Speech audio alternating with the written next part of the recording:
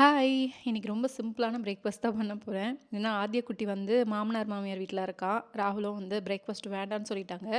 காடை முட்டையும், இந்த நாட்டுக்கோழி முட்டையும் சொல்லி வச்சு வாங்கிட்டு வந்தேன். ஏன்னா அவ்வளோ சீக்கிரம் காலி ஆயிடுது. அதனால தான் நெக்ஸ்ட் வீக்குக்காக இப்போவே எல்லாத்தையும் ரெடி பண்ணி வச்சுட்ருக்கேன். எனக்கு வந்து ஒரு 4 கேரட், 1 ஆப்பிள், ஒரு 1/2 பீட்ரூட் போட்டு ஏபிசி ஜூஸ் பண்ணிக்கிட்டு, அதுக்கப்புறம் எக் சாண்ட்விச் பண்ணிக்கலான்றது தான் என்னோட பிளானு. இன்னைக்கு வந்து அதுக்கு தான் ரெடி பண்ணிகிட்ருக்கேன். நிறைய பேர் இந்த ஜூஸரை பற்றி கேட்டுகிட்டே இருக்கீங்க, இன்னமும் கேட்குறீங்க. ரொம்ப சூப்பரான ஜூஸர், நான் 6 வருஷமாக யூஸ் பண்ணிகிட்ருக்கேன், நல்லா தான் இருக்குது. ஸோ ஜூஸை பாதி குடிச்சிட்டு அதுக்கப்புறம் வேலையை பார்க்கலான்னு போய் நின்னது தான். ஒருத்தன் வந்துட்டா, நீ மட்டும் குடிக்கிறியா எனக்கு எங்கே அப்படின்னு சொல்லிட்டு எதுவுமே செய்யாததுனால ஒரே ஒரு பிஸ்கெட் மட்டும் வச்சேன், எடுத்துக்கிட்டு டாட்டா சொல்லிட்டு கிளம்பியாச்சு.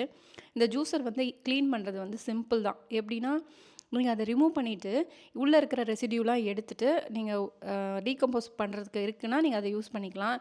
இல்லை அப்படின்னா என்ன மாதிரி டஸ்ட்பினில் தான் போடணும். இதுவே எங்கள் அம்மா வீட்டில் போட்டோன்னா ஃபுல்லாக டீகம்போஸ் பண்ணி ஆகி நாங்கள் வந்து அதை செடிக்கெலாம் உரமாக்கிடுவோம். இது மாதிரி தனித்தனியாக ரிமூவ் பண்ணிவிட்டு தண்ணியில் அலசிட்டு சோப் போட்டு வாஷ் பண்ணால் முடிஞ்சிடும்.